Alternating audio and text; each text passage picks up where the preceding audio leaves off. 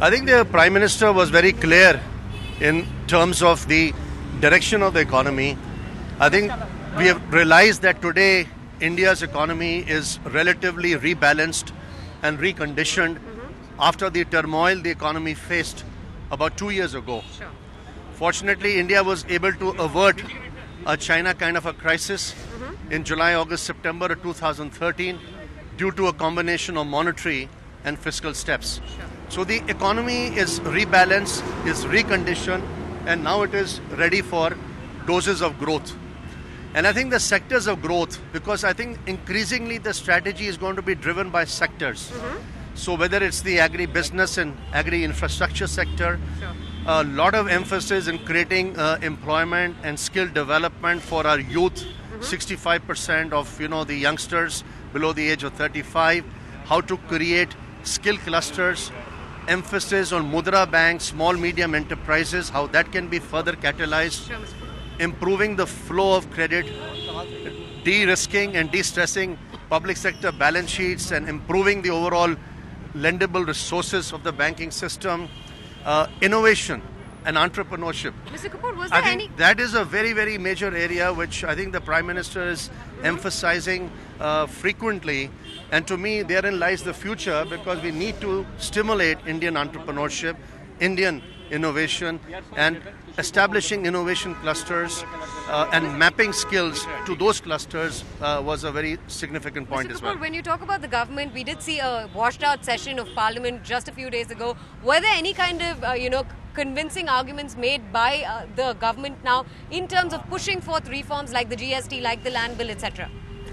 You see, this was not a budget-related or a parliament-related meeting. It was more about what next steps, what quantum leaps can Indian business, Indian economists and Indian bankers collectively make towards restoring growth, or rather accelerating growth. And I think in that respect, the meeting was rather positive. Sure. Specific steps, how Indian enterprise, which is slowed down, private enterprise, what needs to be done in terms of, making it bolder, more emphatic on risk-taking, because the risk-taking appetite of the Indian private sector is somewhat subdued. And I think the Prime Minister has rightfully encouraged Indian leaders, business leaders, to catalyze their investment, and risk-making appetite.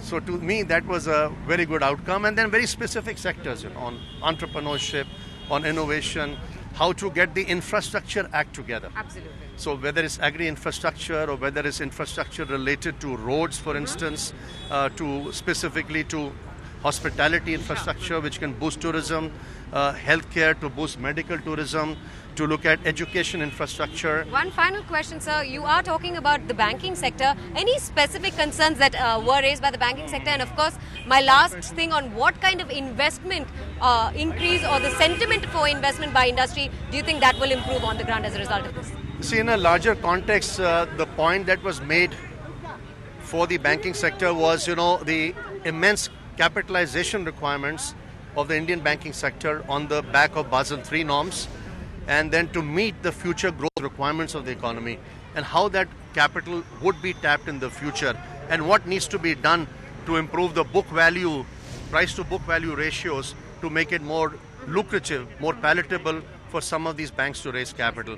So some steps were discussed in that direction, and how to, in a way, bifurcate the bad assets of the banking system and create specialized investors to restore those assets back into productive assets. Perfect. So some thoughts on that direction were also discussed. Thank you. Find us on Facebook at facebook.com/ETNow, and don't forget to click the like button. You can also follow us on Twitter at ETNowLive. To stay updated with all our programming, hit the subscribe button on our YouTube channel by logging on to youtube.com/user/ETNow.